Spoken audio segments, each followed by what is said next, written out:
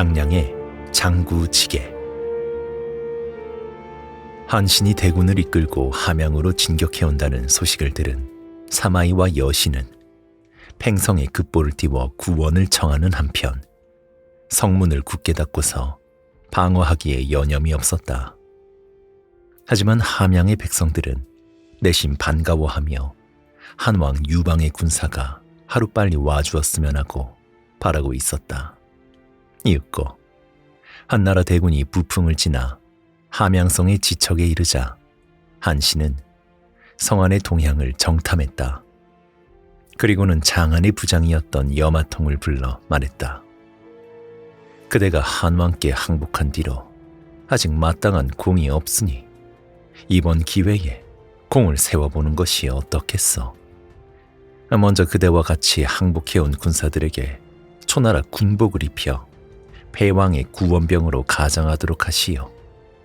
그리고 그대에게 예전에 패왕에게서 받은 병부가 있을 것이니 함양성으로 가 그 병부를 내보이면 구원병으로 믿고 성문을 열어줄 것이요.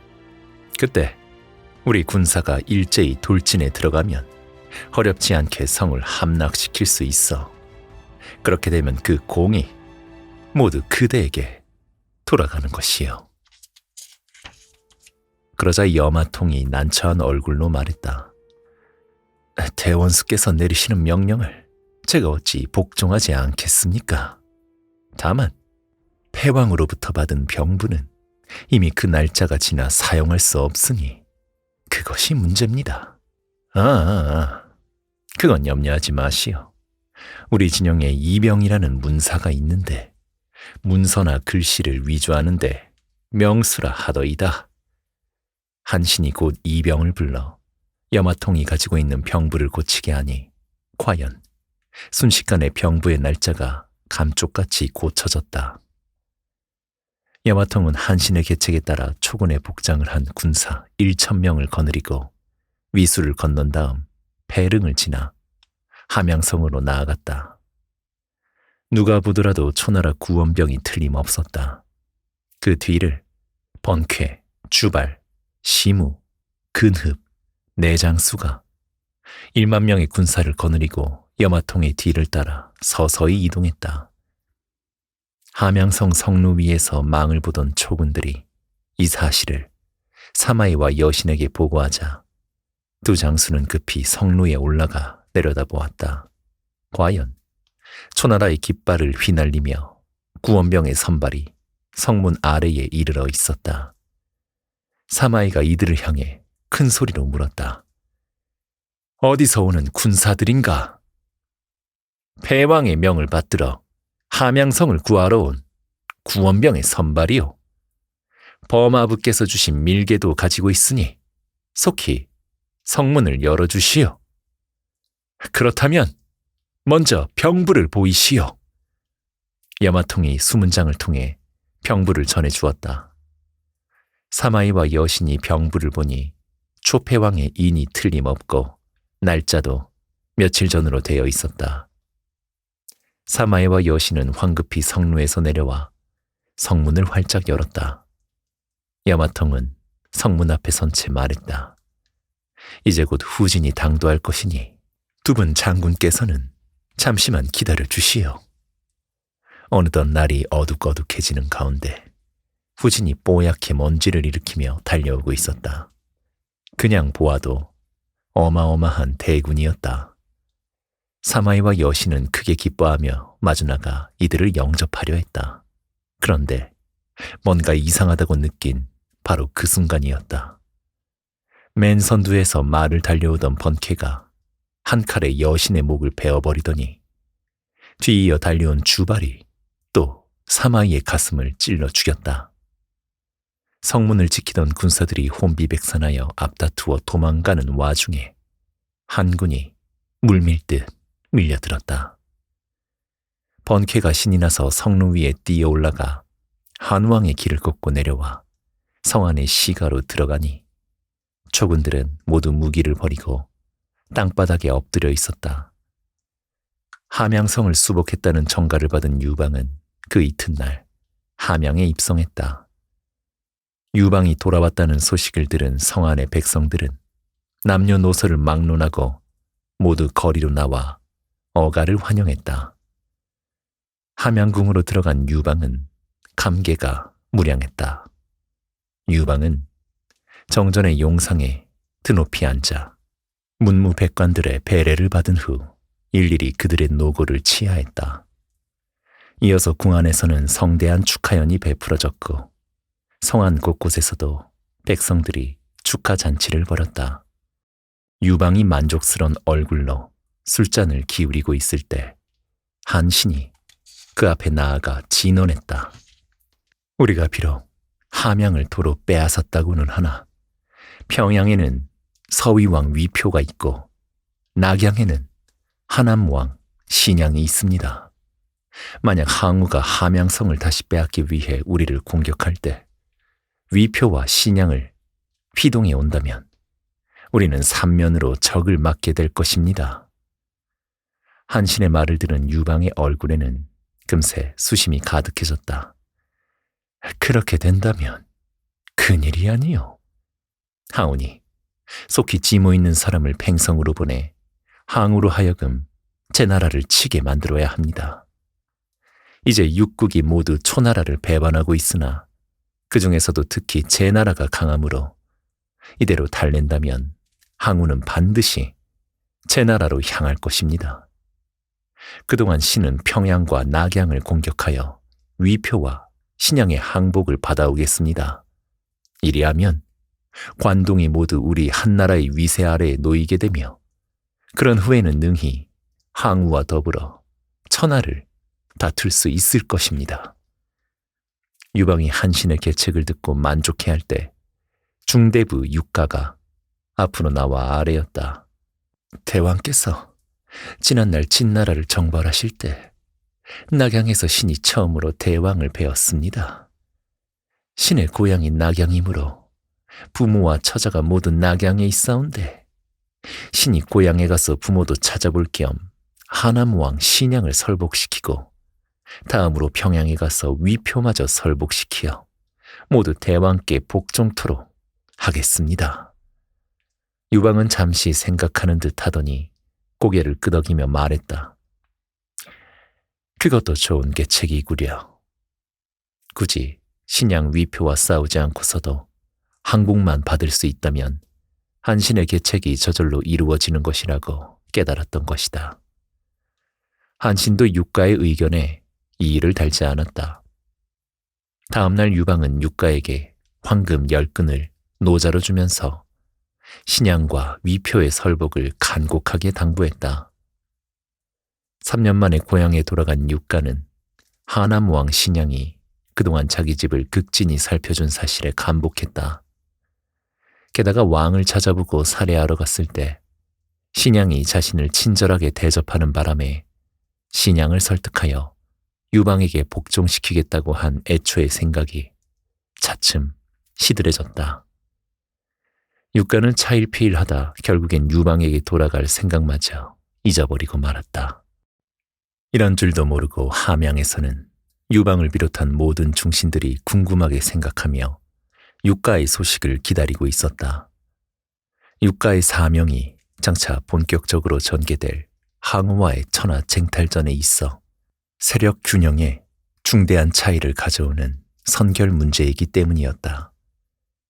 기다리다 지친 유방은 마침내 분통을 터뜨렸다. 육가는 어찌하여 지금껏 아무 소식이 없는 것이냐. 한신을 비롯한 모든 중신들이 할 말을 잃고 있을 때 근신이 들어와 아뢰었다. 장량 선생이 남전에서 신풍을 거쳐 지금 이곳 함양으로 오고 있다고 합니다. 뭐 장자방이 돌아온다고? 그가 온다면 무엇을 더 근심하랴. 유방은 크게 기뻐하며 조참과 관영으로 하여금 성 밖에까지 나가 장량을 맞도록 했다. 한신도 설구와 진패에게 술과 음식을 가지고 가서 장량을 대접하게 했다. 한식경이 지나 장량이 국문 앞에 당도했다고 하자 유방은 즉시 승덕문까지 나가 장량을 맞으며 어린아이처럼 기뻐했다. 장량은 배복하고 그간의 사정을 아뢰었다. 신이 대왕을 떠난 지도 벌써 1년이 되었습니다만 마음만은 잠시도 대왕을 떠난 적이 없습니다. 전날 한중으로 떠나는 길에서 신이 하직을 구하며 3가지 일을 대왕께 약속드렸습니다. 항으로 하여금 팽성으로 도읍을 옮기게 하고 육국을 설복시켜 초나라를 배반케 하며 파초대원 습감을 찾아 대왕께 보내드린 다음 함양에서 대왕을 다시 뵙겠다고 했는데 오늘 과연 그같이 되었습니다. 유방은 장량의 손을 잡고 일으키며 감개무량하게 말했다. 어서 일어나시오. 오늘의 일이 모두 선생의 힘이요. 그 공로야말로 금석에 새겨 천추에 전할 일이요. 유방은 모든 신하들을 불러놓고 장량을 환영하는 성대한 주연을 베풀고 친히 술잔을 장량에게 권하면서 그동안의 노고와 공로를 치하했다. 이튿날 유방은 장량을 비롯해 모든 신하가 참석한 가운데 군사회의를 가졌다. 하남왕 신양과 서위왕 위표가 아직 복종하지 않은 데다 이들을 설복시키겠다며 간 육가는 연락조차 없으니 이를 어찌하면 좋겠어. 유방의 말이 끝나자 장량이 나서서 아뢰었다. 육가가 낙양으로 간 것은 다만 부모와 처자를 만나기 위함이었는데 어찌 신양을 설득시키겠습니까? 또한 위표는 사람됨이 거만하고 스스로 높은 체하는 자인지라 육가로서는 설득하기 어려울 것입니다. 신이 직접 신양과 위표를 만나 기어코 대왕께 항복하도록 하겠습니다. 장량의 말을 듣고 한신이 거들었다. 자방의 묘계가 아니고서는 누구도 신양과 위표를 설득할 수 없을 것입니다. 육가는 좋은 핑계를 대고 고향에 돌아간 것뿐입니다. 하지만 어찌 막 도착한 자방 선생을 어찌 또 보내란 말이오. 장량을 바라보는 유방의 얼굴에는 미안하고 섭섭한 기색이 가득했다. 하지만 장량의 태도는 결연했다. 천하의 판도가 아직 결정되지 않았는데 신이 어찌 육신을 편히할 수 있겠습니까? 이제 신에게 2가지 사명이 있사오니 하나는 항우로 하여금 제 나라를 치게 하는 것이고 다른 하나는 신양과 위표로 하여금 대왕께 굴복토록 하는 것입니다. 이 2가지 일을 신에게 일임해 주십시오. 선생의 계책에 의지할 뿐이니 모든 일을 선생의 뜻대로 진행하시오. 아쉬워하는 유방 앞을 물러나 처소로 돌아온 장량은 붓을 들고 항우에게 올리는 상소문을 썼다. 그리고는 제나라 왕이 육국에 전달할 경문을 지어 상소문과 함께 동봉한 후 신복에게 주며 당부했다. 이것을 팽성으로 가져가 폐왕에게 올려라. 폐왕이 이것을 보고 어떻게 하는가를 지켜본 뒤에 위나라 평양으로 오너라. 아마도 평양으로 가는 도중에 나와 만날 수 있을 것이다. 장량은 다음날 아침 일찍 함양성을 나와 평양으로 향했다. 이 무렵 초패왕 항우는 매일같이 환락에 빠져 살고 있었다. 범증이 유방의 준동에 미리 대비해야 한다는 간언을 수차례 올려도 항우는 들은 척도 하지 않았다. 하하, 잔도가 다 타버렸는데 유방이 어찌 나온단 말이오. 그런데 어느 날 한신이 한나라의 대원수가 되어 삼진을 정복하고 함양성까지 입성했다는 보고가 올라왔다. 항우는 동그란 눈을 크게 뜨고 이를 갈며 분해했다. 이 비렁뱅이 한신이란 놈이 무슨 힘으로 삼진을 빼앗고 함양을 취했단 말이냐? 내 이놈을 당장 죽여버리고 이 치욕을 씻을 것이다. 그러자 범증이 곁에서 말했다. 신이 지난날 한신을 중용하시든가 아니면 속히 죽여 후한을 없애시라고 아뢰지 않았습니까? 이젠 한나라의 세력이 더 커지기 전에 그 뿌리까지 송두리째 제거하셔야 할 것입니다. 분해서 씩씩거리던 항우는 범증의 이 말을 듣더니 비웃음을 던지며 말했다. 아부께서는 조금 더 염려하지 마시오. 삼진을 빼앗긴 것은 삼진왕이란 것들이 모두 늙어 빠졌기 때문이고 함양성에는 유능한 장수가 없었기에 손 한 번 못 쓴 것이요. 이제 내가 친히 나서서 모조리 쓸어버리겠소. 그런데 바로 이때 전령이 들어와 장량이 보낸 사자가 도착했음을 알렸다.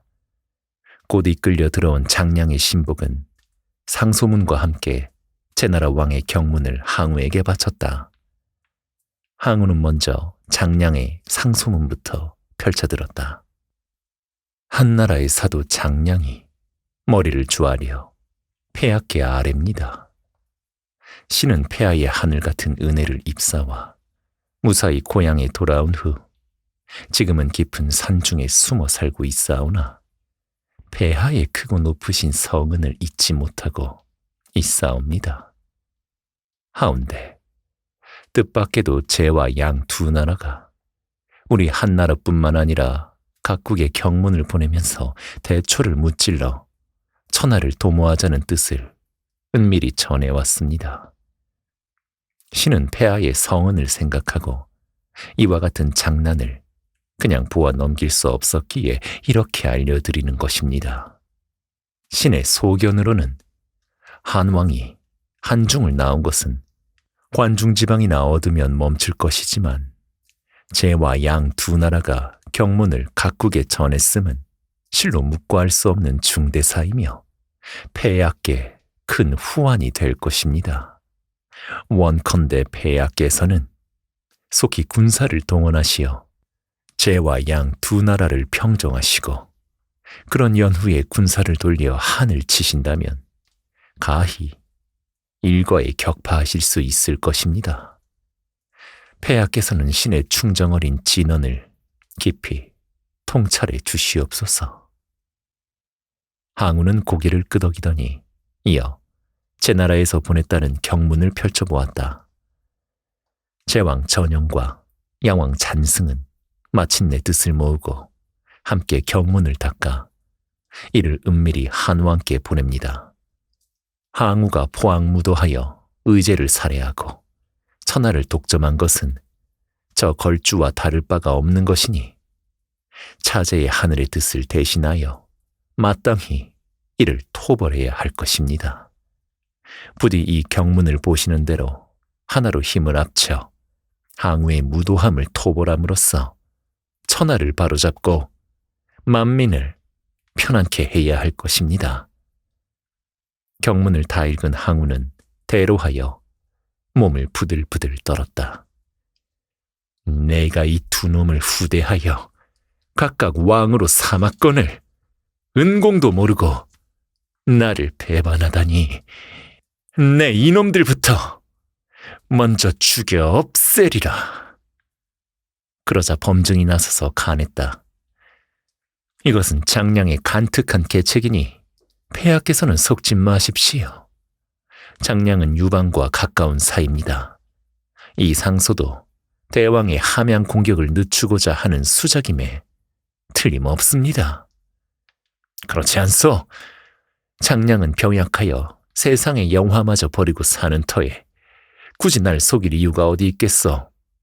내 이 길로 제와 양 두 나라부터 먼저 친 다음에 유방마저 없애버릴 것이니 아부는 더 이상 나를 말리지 마시오. 범증은 마침내 입을 다물고 가만히 한숨을 내쉬었다. 이 모습을 낱낱이 지켜본 장량의 신복은 항우의 앞을 물러나온 후 곧바로 팽성을 떠나 평양을 바라고 급히 달렸다. 며칠 후 평양성에 못 미쳐 장량을 만난 신복은 항우가 장량의 뜻대로 먼저 제나라를 정벌하기로 했다고 보고했다.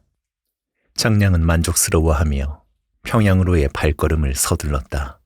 이윽고 평양성에 도착한 장량은 서위왕을 찾아가 만나기를 청했다.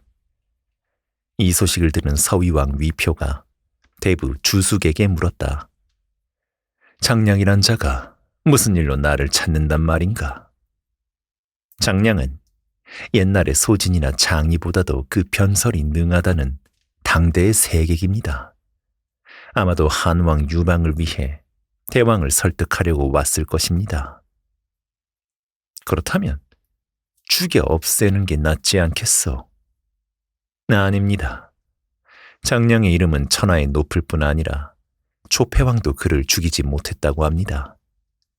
예로서 만나보시되 그의 말만 고지 듣지 마십시오. 위표는 고개를 끄덕이며 장량을 불러들었다.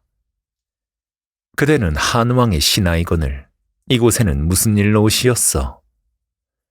저는 본시 한나라의 신하입니다. 지난날 한왕이 잠시 저를 빌어 진을 쳐서 멸한 후 지금은 다시 본국에서 지내고 있습니다. 그런데 얼마 전 한왕이 함양을 공략하고 난 뒤 사람을 보내 저를 청했습니다. 제가 비록 세상에는 뜻이 없는 몸이나 한왕과의 인연을 생각해 인사만 올리고 지금 다시 본국으로 돌아가는 중입니다. 귀국길에 마침 이곳을 지나다 대왕의 위명이 육국을 떨치고 백성들이 대왕의 성덕을 칭찬하는 것을 보고 꼭 한번 뵙고 싶어 이렇게 무례를 무릅쓰고 대왕을 찾아뵌 것입니다. 장량이 이렇게 죽혀 세우자 위표는 흐뭇해하며 술을 내오게 했다. 이윽고 술이 들어오자 위표는 장량에게 술을 권하며 물었다. 지금 한나라와 초나라가 패권을 다투고 있는데 선생이 보기에는 어느 쪽이 이길 것 같소? 천하의 형세를 보면 한이 흥하고 초는 멸할 것입니다. 한왕은 한중에서 출진한 지 불과 2달 만에 삼진을 평정하고 함양을 취했으며 5,000여리에 달하는 땅을 얻었습니다. 이는 덕으로서 나라를 경영했기 때문입니다. 그에 반해 패왕은 포악무도하여 의제를 죽이고 천하를 독점하니 제후들은 불안에 떨고 백성들의 원성은 높아만 가고 있습니다. 지금은 비록 패왕의 세력이 강대하다고는 하지만 패망할 날이 멀지 않았습니다. 제가 밤에 천문을 보니 천성이 함양 하늘 위에 크게 빛나고 있었습니다. 제 생각으로는 장차 천하를 얻을 사람은 한왕밖에 없습니다. 장량의 말에 마음이 크게 흔들린 위표는 장량의 잔에 술을 가득 따라 주었다. 선생의 말씀을 들으니 막혔던 가슴이 트이는 것 같구려. 내가 비록 초패왕에 의해 왕으로 봉해지긴 했으나 한쪽으로 고립되어 있는지라 아무래도 이 자리가 오래가지는 못할 것 같소. 선생이 길을 열어주시면 한왕에게 귀복할까 하오. 조금 전 장량이 목을 베겠다던 그 위세는 사라지고 위표는 장량에게 호소하듯 말했다. 대왕께서 진심으로 한왕에게 귀복하신다면 한왕은 대왕과 더불어 어떠한 환난 중에도 서로 돕고 부귀를 함께 하실 것입니다. 제가 주제넘은 일이나 적극 천거에 올리겠습니다. 이때 병풍 뒤에 몸을 숨기고 있던 주숙이 뛰쳐나오며 말했다. 대왕께서는 장량의 감언에 속지 마소서. 초패왕이 만약 이 일을 알고 쳐들어온다면 그때 무슨 수로 이를 막겠습니까?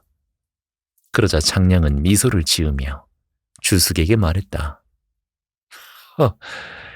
주대부께선 하나만 알고 둘은 모르고 계십니다. 지금 패왕은 멀리 제 나라로 군사를 이끌고 가는 중입니다. 그가 이곳에 오려면 최소한 3달은 있어야 하는데 한왕의 군사는 불과 사흘이면 이곳까지 오고도 남습니다.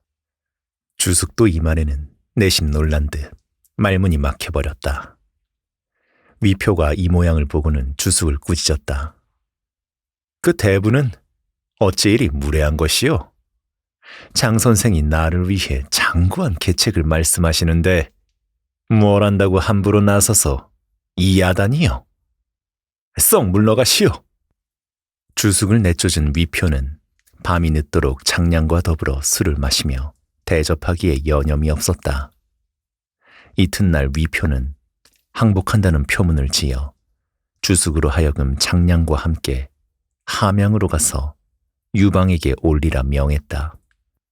유방은 장량으로부터 경과보고를 들은 후 주숙을 불러들여 위표가 올리는 표문과 예물을 받았다.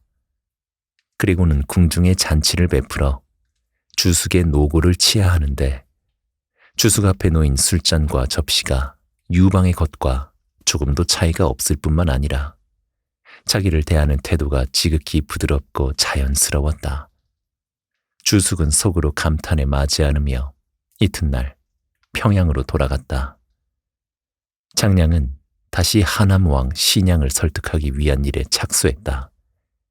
그는 낙양으로 떠나기에 앞서 번케와 관영을 불러 밀계를 주고 떠났다.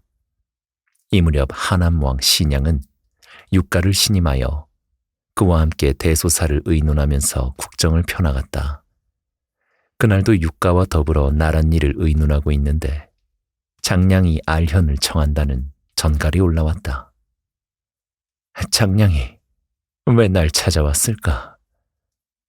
장량은 필시 대왕을 설득시키기 위해 왔을 것입니다.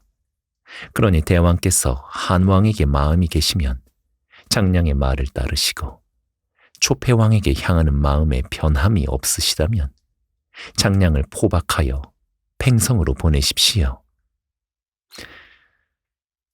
내 이미 초패왕을 섬기고 있는 터에 어찌 한왕에게 항복할 수 있겠소? 대왕의 마음이 그러하시다면 신은 물러가 있을 것이니 장량이 들어오거든 불문곡직하고 결박지어 즉시 팽성으로 보내십시오. 장량은 천하가 알아주는 세객인지라 그의 말을 들으면 대왕의 마음이 흔들릴 수도 있습니다. 신양은 고개를 끄덕이며 장량을 불러들이라 했다. 그때 장량은 신양이 오래토록 기다리게 하고 있음을 보고 자신을 해치려 한다는 것을 직감했다. 하지만 신양이 부름을 받자 아무것도 모르는 척 태연하게 들어갔다. 아니나 다를까 장량이 정전에 들자마자 하남왕 신양은 대뜸 호통부터 쳤다. 한왕의 세객이 제 무덤을 찾아왔구나. 여봐라, 당장 저놈을 포박하라. 그러자 군사들이 뛰어나와 삽시간에 장량을 결박해버리니 장량은 그저 어이없다는 듯 쓴웃음만 지을 뿐이었다. 신양은 대장 광미를 불러 군사 100명을 주면서 장량을 호송해 팽성의 초패왕에게 바치라고 명했다. 그러자 육가가 나서며 말했다. 광미 장군 혼자서 초패왕을 뵙는 것도 그러하니 신도 동행하여 팽성의 소식도 탐지하고 범승상과도 인사를 나누고 오는 게 좋을 듯합니다. 그 좋은 생각이요. 그럼 곽 장군과 함께 떠나도록 하오. 이윽고 광미와 육가 두 사람은 장량을 함거에 실은 후 100명의 군사를 거느리고 낙양성을 나와 팽성으로 향했다. 이들이 낙양성 밖 50리쯤 이르렀을 때였다. 갑자기 징소리가 크게 울리더니 한때의 군마가 숲속에서 뛰쳐나오고 우락부락한 장수 하나가 나서며 큰 소리로 외쳤다. 나는 한해대장 번케다. 장자방 선생의 밀계를 받고 여기서 너희들을 기다린 지 오래다. 이놈! 나는 낙양의 대장 광미다. 속히 길을 열지 못할까? 광미도 지지 않고 마주 호통을 쳤다. 이놈이 기어코 죽으려 드는구나.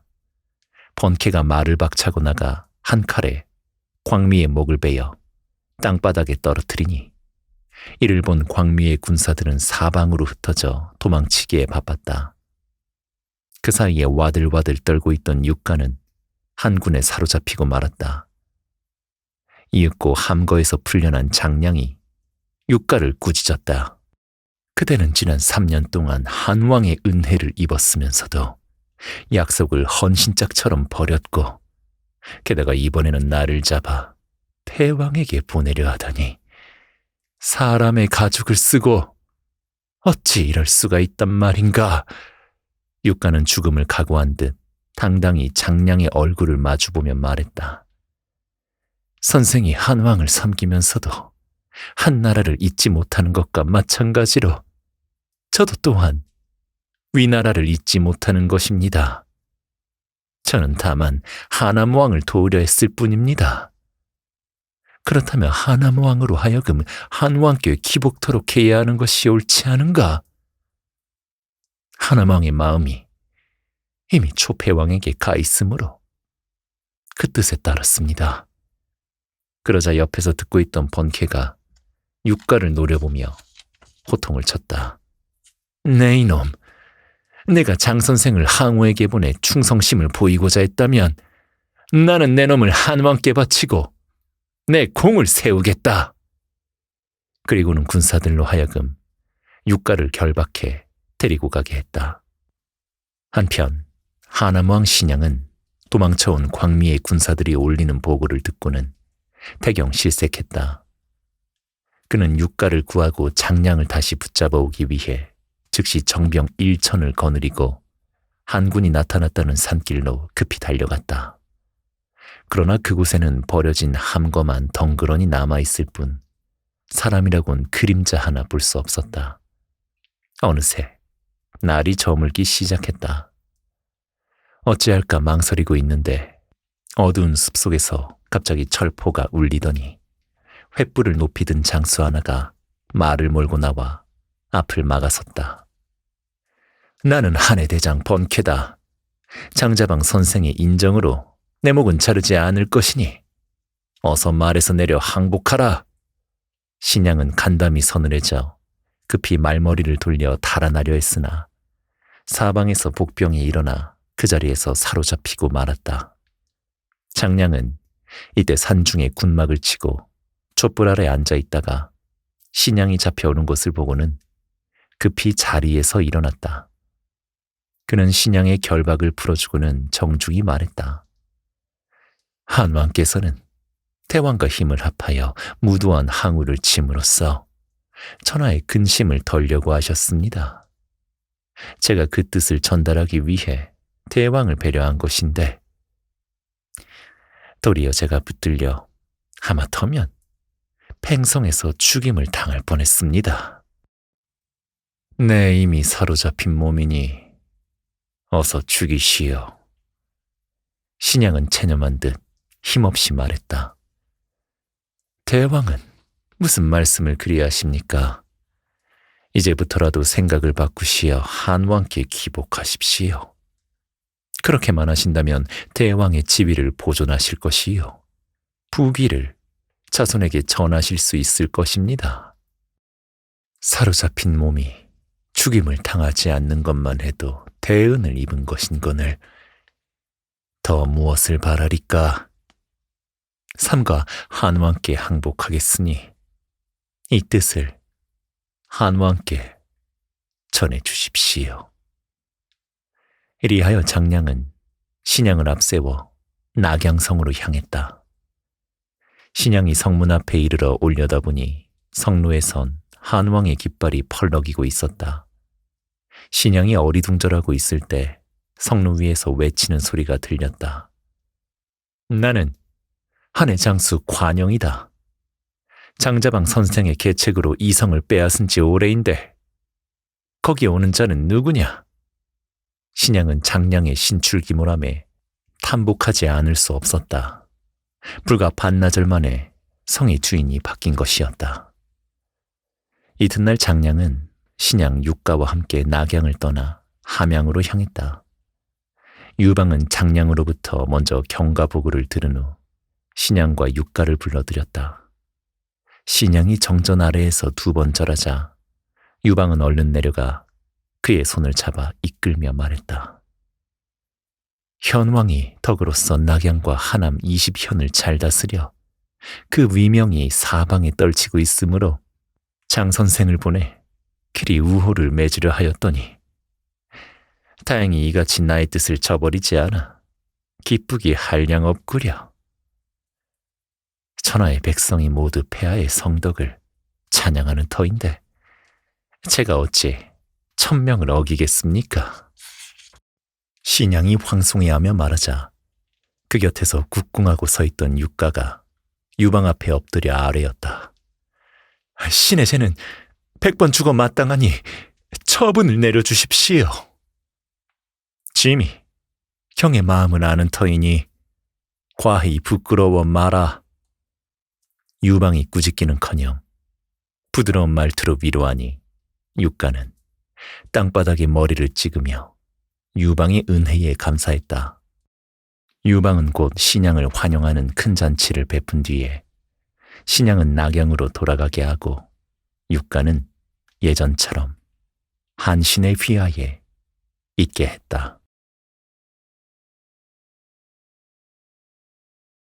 장량의 장구지게. 한신이 대군을 이끌고 함양으로 진격해온다는 소식을 들은 사마이와 여신은 팽성에 급보를 띄워 구원을 청하는 한편 성문을 굳게 닫고서 방어하기에 여념이 없었다.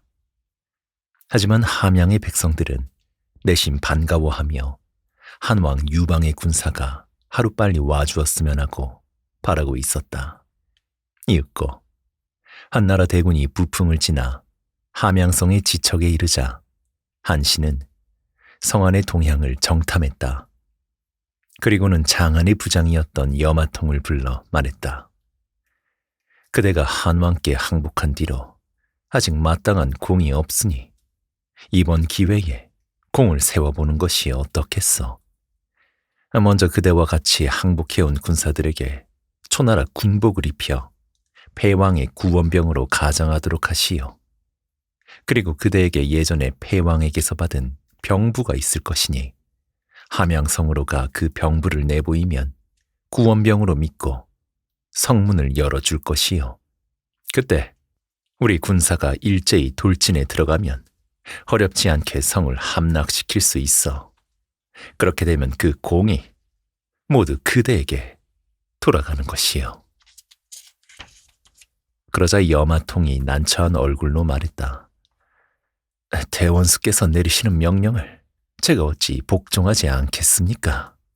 다만 패왕으로부터 받은 병부는 이미 그 날짜가 지나 사용할 수 없으니 그것이 문제입니다.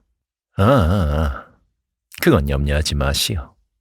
우리 진영에 이병이라는 문사가 있는데 문서나 글씨를 위조하는데 명수라 하더이다.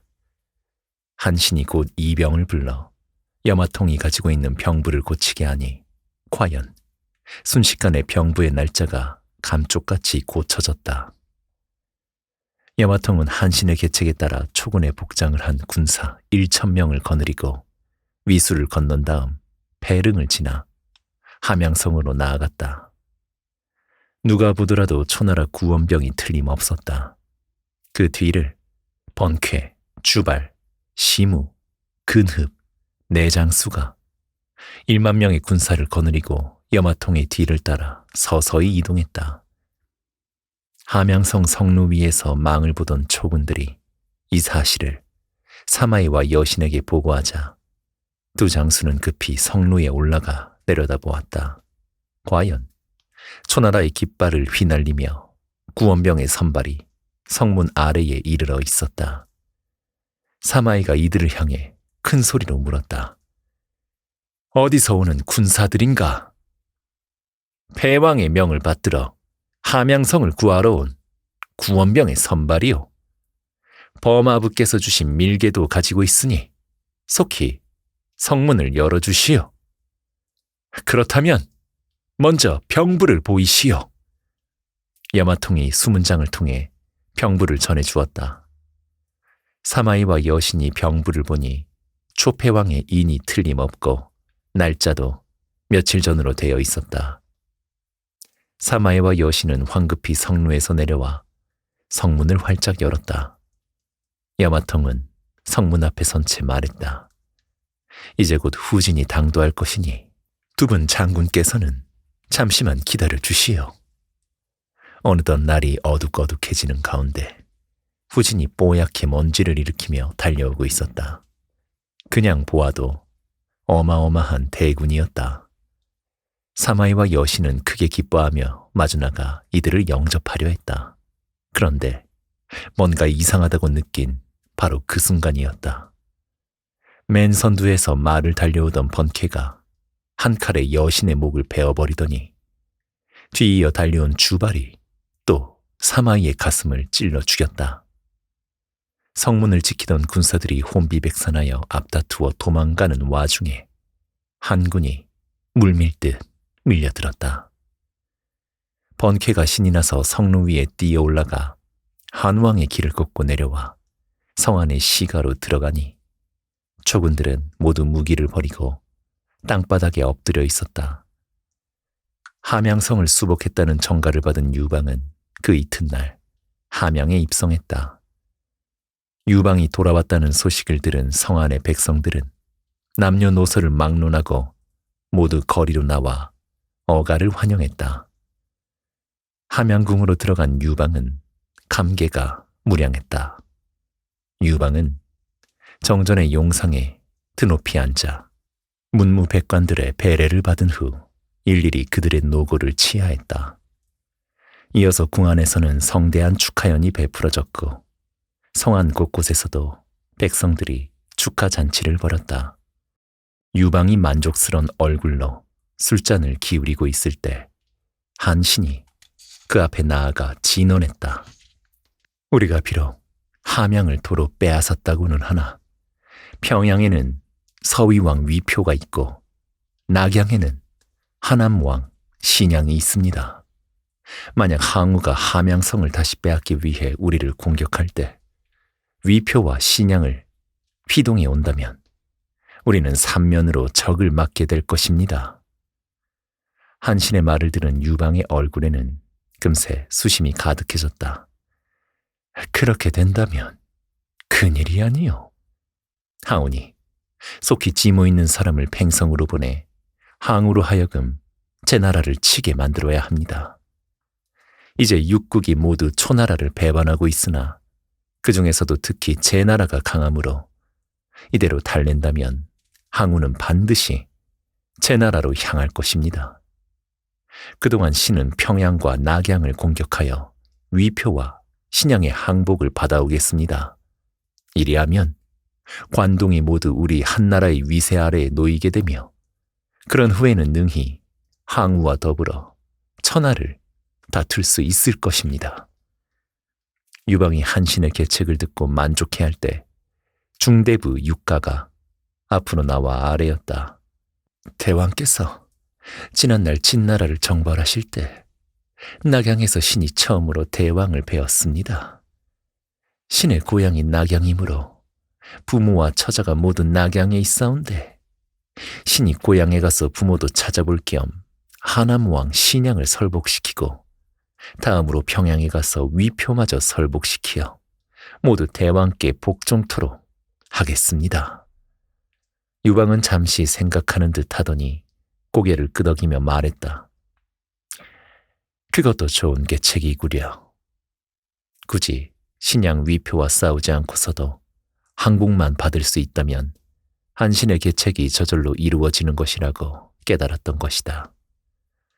한신도 육가의 의견에 이의를 달지 않았다. 다음날 유방은 육가에게 황금 10근을 노자로 주면서 신양과 위표의 설복을 간곡하게 당부했다. 3년 만에 고향에 돌아간 육가는 하남왕 신양이 그동안 자기 집을 극진히 살펴준 사실에 감복했다. 게다가 왕을 찾아보고 살해하러 갔을 때 신양이 자신을 친절하게 대접하는 바람에 신양을 설득하여 유방에게 복종시키겠다고 한 애초의 생각이 차츰 시들해졌다. 육가는 차일피일하다 결국엔 유방에게 돌아갈 생각마저 잊어버리고 말았다. 이런 줄도 모르고 함양에서는 유방을 비롯한 모든 중신들이 궁금하게 생각하며 육가의 소식을 기다리고 있었다. 육가의 사명이 장차 본격적으로 전개될 항우와의 천하 쟁탈전에 있어 세력 균형에 중대한 차이를 가져오는 선결 문제이기 때문이었다. 기다리다 지친 유방은 마침내 분통을 터뜨렸다. 육가는 어찌하여 지금껏 아무 소식이 없는 것이냐? 한신을 비롯한 모든 중신들이 할 말을 잃고 있을 때 근신이 들어와 아뢰었다. 장량 선생이 남전에서 신풍을 거쳐 지금 이곳 함양으로 오고 있다고 합니다. 뭐, 장자방이 돌아온다고? 그가 온다면 무엇을 더 근심하랴? 유방은 크게 기뻐하며 조참과 관영으로 하여금 성 밖에까지 나가 장량을 맞도록 했다. 한신도 설구와 진패에게 술과 음식을 가지고 가서 장량을 대접하게 했다. 한식경이 지나 장량이 국문 앞에 당도했다고 하자 유방은 즉시 승동문까지 나가 장량을 맞으며 어린아이처럼 기뻐했다. 장량은 배복하고 그간의 사정을 아뢰었다. 신이 대왕을 떠난 지도 벌써 1년이 되었습니다만 만만은 잠시도 대왕을 떠난 적이 없습니다. 전날 한중으로 떠나는 길에서 신이 하직을 구하며 3가지 일을 대왕께 약속드렸습니다. 항우로 하여금 팽성으로 도읍을 옮기게 하고 육국을 설복시켜 초나라를 배반케 하며 파초대원 습감을 찾아 대왕께 보내드린 다음 함양에서 대왕을 다시 뵙겠다고 했는데 오늘 과연 그같이 되었습니다. 유방은 장량의 손을 잡고 일으키며 감개무량하게 말했다. 어서 일어나시오. 오늘의 일이 모두 선생의 힘이요. 그 공로야말로 금석에 새겨 천추에 전할 일이요. 유방은 모든 신하들을 불러놓고 장량을 환영하는 성대한 주연을 베풀고 친히 술잔을 장량에게 권하면서 그동안의 노고와 공로를 치하했다. 이튿날 유방은 장량을 비롯해 모든 신하가 참석한 가운데 군사회의를 가졌다. 하남왕 신양과 서위왕 위표가 아직 복종하지 않은 데다 이들을 설복시키겠다며 간 육가는 연락조차 없으니 이를 어찌하면 좋겠어. 유방의 말이 끝나자 장량이 나서서 아뢰었다. 육가가 낙양으로 간 것은 다만 부모와 처자를 만나기 위함이었는데 어찌 신양을 설득시키겠습니까? 또한 위표는 사람됨이 거만하고 스스로 높은 체하는 자인지라 육가로서는 설득하기 어려울 것입니다. 신이 직접 신양과 위표를 만나 기어코 대왕께 항복하도록 하겠습니다. 장량의 말을 듣고 한신이 거들었다. 자방의 묘계가 아니고서는 누구도 신양과 위표를 설득할 수 없을 것입니다. 육가는 좋은 핑계를 대고 고향에 돌아간 것뿐입니다. 하지만 어찌 막 도착한 자방 선생을 어찌 또 보내란 말이오? 장량을 바라보는 유방의 얼굴에는 미안하고 섭섭한 기색이 가득했다. 하지만 장량의 태도는 결연했다. 천하의 판도가 아직 결정되지 않았는데 신이 어찌 육신을 편히할 수 있겠습니까? 이제 신에게 2가지 사명이 있사오니 하나는 항우로 하여금 제 나라를 치게 하는 것이고 다른 하나는 신양과 위표로 하여금 대왕께 굴복토록 하는 것입니다. 이 2가지 일을 신에게 일임해 주십시오. 선생의 계책에 의지할 뿐이니 모든 일을 선생의 뜻대로 진행하시오. 아쉬워하는 유방 앞을 물러나 처소로 돌아온 장량은 붓을 들고 항우에게 올리는 상소문을 썼다.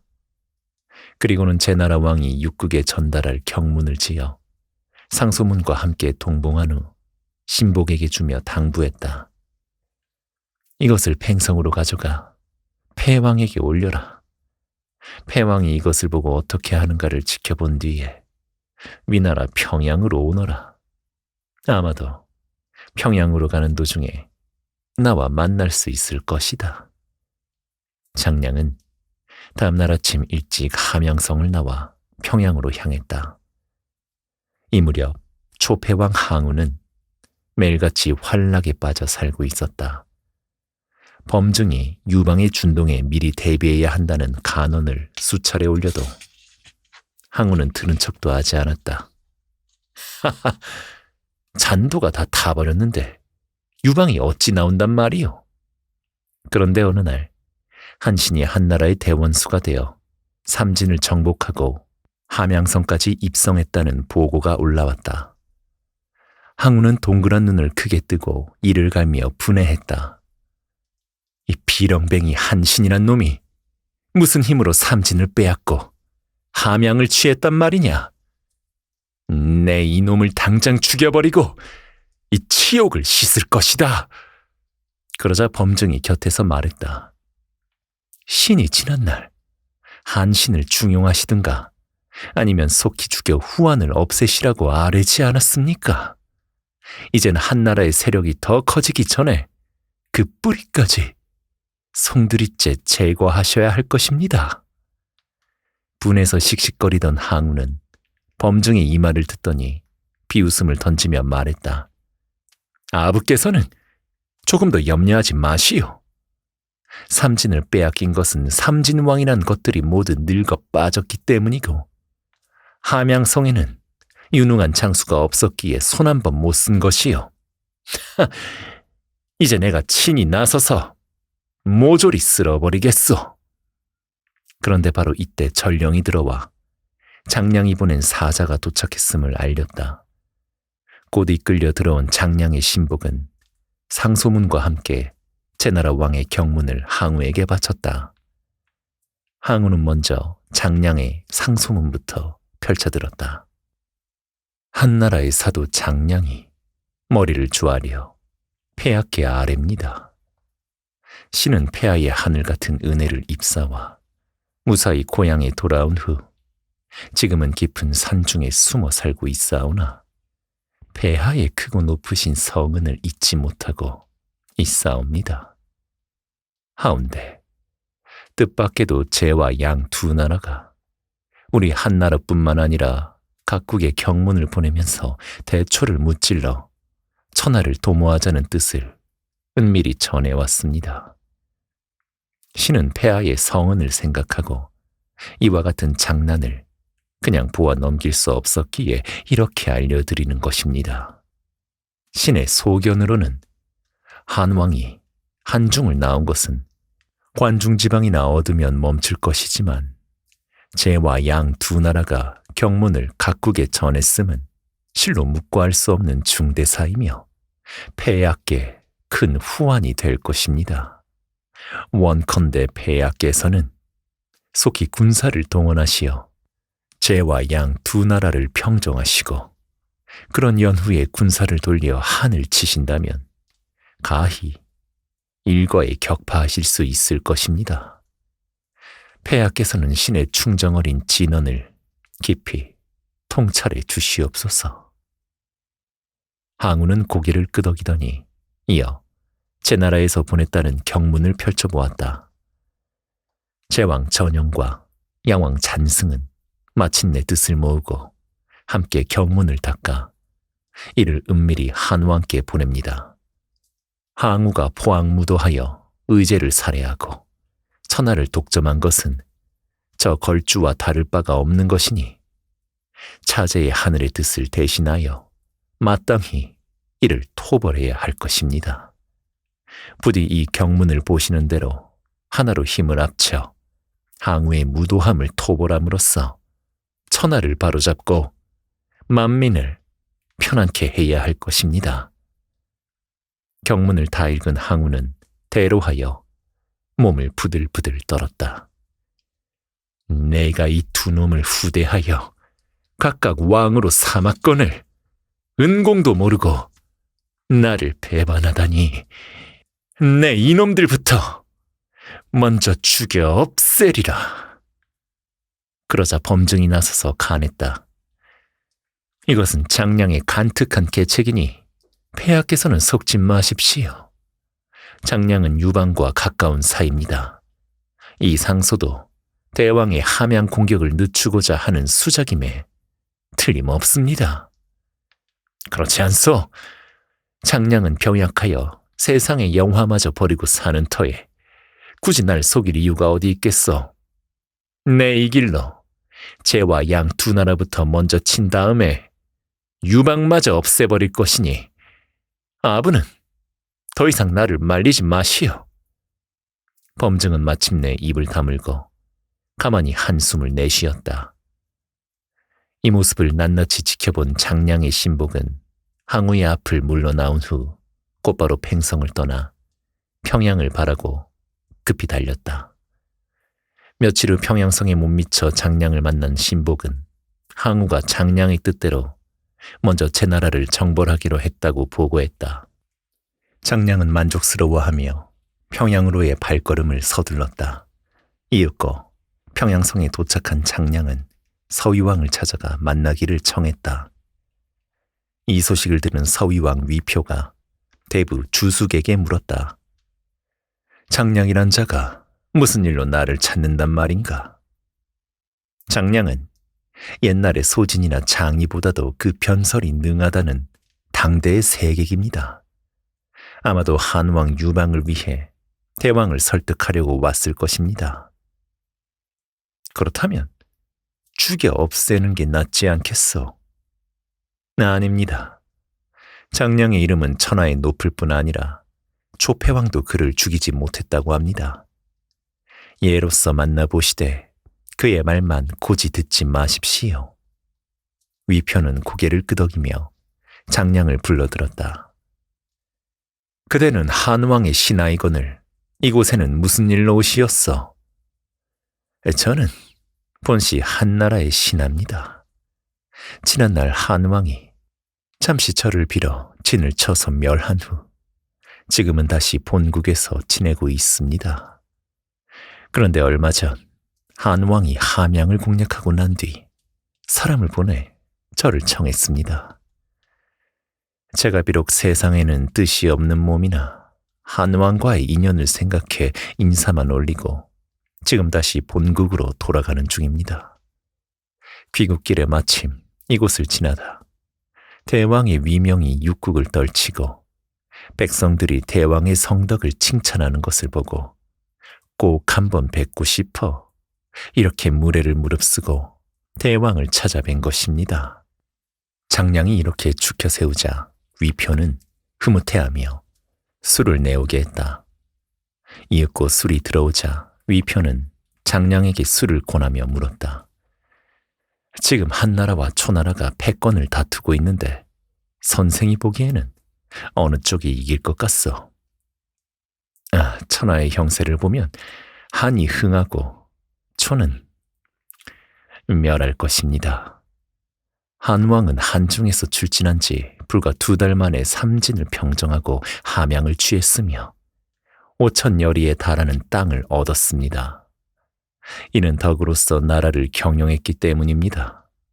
그에 반해 폐왕은 포악무도하여 의제를 죽이고 천하를 독점하니 제후들은 불안에 떨고 백성들의 원성은 높아만 가고 있습니다. 지금은 비록 폐왕의 세력이 강대하다고는 하지만 패망할 날이 멀지 않았습니다. 제가 밤에 천문을 보니 천성이 함양 하늘 위에 크게 빛나고 있었습니다. 제 생각으로는 장차 천하를 얻을 사람은 한왕밖에 없습니다. 장량의 말에 마음이 크게 흔들린 위표는 장량의 잔에 술을 가득 따라 주었다. 선생의 말씀을 들으니 막혔던 가슴이 트이는 것 같구려. 내가 비록 조폐왕에 의해 왕으로 봉해지긴 했으나 한쪽으로 고립되어 있는지라 아무래도 이 자리가 오래가지는 못할 것 같소. 선생이 길을 열어주시면 한왕에게 귀복할까 하오. 조금 전 장량이 목을 베겠다던 그 위세는 사라지고 위표는 장량에게 호소하듯 말했다. 대왕께서 진심으로 한왕에게 귀복하신다면 한왕은 대왕과 더불어 어떠한 환난 중에도 서로 돕고 부귀를 함께 하실 것입니다. 제가 주제 넘은 일이나 적극 천거에 올리겠습니다. 이때 병풍 뒤에 몸을 숨기고 있던 주숙이 뛰쳐나오며 말했다. 대왕께서는 장량의 감언에 속지 마소서. 초패왕이 만약 이 일을 알고 쳐들어온다면 그때 무슨 수로 일을 맡겠습니까? 그러자 장량은 미소를 지으며 주숙에게 말했다. 주대부께선 하나만 알고 둘은 모르고 계십니다. 지금 패왕은 멀리 제 나라로 군사를 이끌고 가는 중입니다. 그가 이곳에 오려면 최소한 3달은 있어야 하는데 한왕의 군사는 불과 사흘이면 이곳까지 오고도 남습니다. 주숙도 이 말에는 내심 놀란 듯 말문이 막혀버렸다. 위표가 이 모양을 보고는 주숙을 꾸짖었다. 그 대부는 어찌 이리 무례한 것이요? 장 선생이 나를 위해 장구한 계책을 말씀하시는데 뭘 안다고 함부로 나서서 이야다니요? 썩 물러가시오. 주숙을 내쫓은 위표는 밤이 늦도록 장량과 더불어 술을 마시며 대접하기에 여념이 없었다. 이튿날 위표는 항복한다는 표문을 지어 주숙으로 하여금 장량과 함께 함양으로 가서 유방에게 올리라 명했다. 유방은 장량으로부터 경과보고를 들은 후 주숙을 불러들여 위표가 올리는 표문과 예물을 받았다.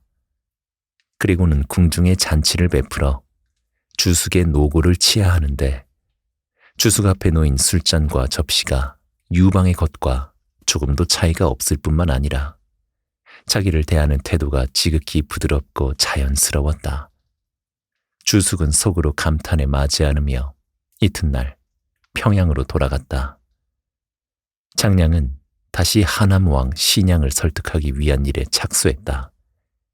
그는 낙양으로 떠나기에 앞서 번쾌와 관영을 불러 밀계를 주고 떠났다. 이 무렵 하남왕 신양은 육가를 신임하여 그와 함께 대소사를 의논하면서 국정을 펴나갔다. 그날도 육가와 더불어 나란 일을 의논하고 있는데 장량이 알현을 청한다는 전갈이 올라왔다. 장량이 왜 날 찾아왔을까? 장량은 필시 대왕을 설득시키기 위해 왔을 것입니다. 그러니 대왕께서 한왕에게 마음이 계시면 장량의 말을 따르시고 초패왕에게 향하는 마음에 변함이 없으시다면 장량을 포박하여 팽성으로 보내십시오. 내 이미 초패왕을 섬기고 있는 터에 어찌 한왕에게 항복할 수 있겠소? 대왕의 마음이 그러하시다면 신은 물러가 있을 것이니 장량이 들어오거든 불문곡직하고 결박지어 즉시 팽성으로 보내십시오. 장량은 천하가 알아주는 세객인지라 그의 말을 들으면 대왕의 마음이 흔들릴 수도 있습니다. 신양은 고개를 끄덕이며 장량을 불러들이라 했다. 그때 장량은 신양이 오래토록 기다리게 하고 있음을 보고 자신을 해치려 한다는 것을 직감했다. 하지만 신양이 부름을 받자 아무것도 모르는 척 태연하게 들어갔다. 아니나 다를까 장량이 정전에 들자마자 하남왕 신양은 대뜸 호통부터 쳤다. 한왕의 세객이 제 무덤을 찾아왔구나. 여봐라, 당장 저놈을 포박하라. 그러자 군사들이 뛰어나와 삽시간에 장량을 결박해버리니 장량은 그저 어이없다는 듯 쓴웃음만 지을 뿐이었다. 신양은 대장 광미를 불러 군사 100명을 주면서 장량을 호송해 팽성의 초패왕에게 바치라고 명했다. 그러자 육가가 나서며 말했다. 광미 장군 혼자서 초패왕을 뵙는 것도 그러하니 신도 동행하여 팽성의 소식도 탐지하고 범승상과도 인사를 나누고 오는 게 좋을 듯합니다. 그 좋은 생각이요. 그럼 곽 장군과 함께 떠나도록 하오. 이윽고 광미와 육가 두 사람은 장량을 함거에 실은 후 100명의 군사를 거느리고 낙양성을 나와 팽성으로 향했다. 이들이 낙양성 밖 50리쯤 이르렀을 때였다. 갑자기 징소리가 크게 울리더니 한때의 군마가 숲속에서 뛰쳐나오고 우락부락한 장수 하나가 나서며 큰 소리로 외쳤다. 나는 한해대장 번케다. 장자방 선생의 밀계를 받고 여기서 너희들을 기다린 지 오래다. 이놈! 나는 낙양의 대장 광미다. 속히 길을 열지 못할까? 광미도 지지 않고 마주 호통을 쳤다. 이놈이 기어코 죽으려 드는구나. 번케가 말을 박차고 나가 한 칼에 광미의 목을 베어 땅바닥에 떨어뜨리니 이를 본 광미의 군사들은 사방으로 흩어져 도망치기에 바빴다. 그 사이에 와들와들 떨고 있던 육가는 한 군에 사로잡히고 말았다. 이윽고 함거에서 풀려난 장량이 육가를 꾸짖었다. 그대는 지난 3년 동안 한왕의 은혜를 입었으면서도 약속을 헌신짝처럼 버렸고 게다가 이번에는 나를 잡아 패왕에게 보내려 하다니 사람의 가죽을 쓰고 어찌 이럴 수가 있단 말인가. 육가는 죽음을 각오한 듯 당당히 장량의 얼굴을 마주보며 말했다. 선생이 한왕을 섬기면서도 한나라를 잊지 못하는 것과 마찬가지로 저도 또한 위나라를 잊지 못하는 것입니다. 저는 다만 하남왕을 도우려 했을 뿐입니다. 그렇다면 하남왕으로 하여금 한왕께 기복토록 해야 하는 것이 옳지 않은가? 하남왕의 마음이 이미 초패왕에게 가 있으므로 그 뜻에 따랐습니다. 그러자 옆에서 듣고 있던 번케가 육가를 노려보며 호통을 쳤다. 네 이놈, 내가 장선생을 항우에게 보내 충성심을 보이고자 했다면 나는 내 놈을 한왕께 바치고 내 공을 세우겠다. 그리고는 군사들로 하여금 육가를 결박해 데리고 가게 했다. 한편 하남왕 신양은 도망쳐온 광미의 군사들이 올리는 보고를 듣고는 대경 실색했다. 그는 육가를 구하고 장량을 다시 붙잡아 오기 위해 즉시 정병 1천을 거느리고 한군이 나타났다는 산길로 급히 달려갔다. 그러나 그곳에는 버려진 함거만 덩그러니 남아있을 뿐 사람이라곤 그림자 하나 볼 수 없었다. 어느새 날이 저물기 시작했다. 어찌할까 망설이고 있는데 어두운 숲속에서 갑자기 철포가 울리더니 횃불을 높이 든 장수 하나가 말을 몰고 나와 앞을 막아섰다. 나는 한해대장 번케다. 장자방 선생의 인정으로 내 목은 자르지 않을 것이니 어서 말에서 내려 항복하라.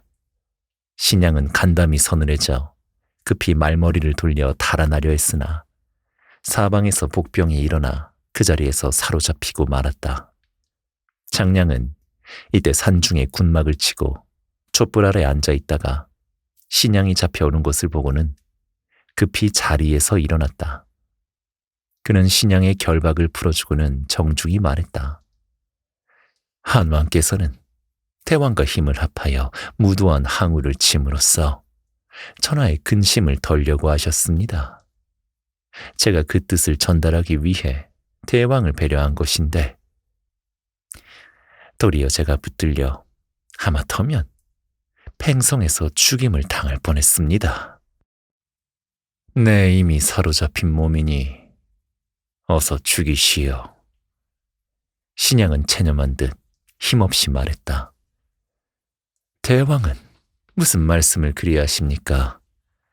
이제부터라도 생각을 바꾸시어 한왕께 기복하십시오. 그렇게만 하신다면 대왕의 지위를 보존하실 것이요. 부귀를 자손에게 전하실 수 있을 것입니다.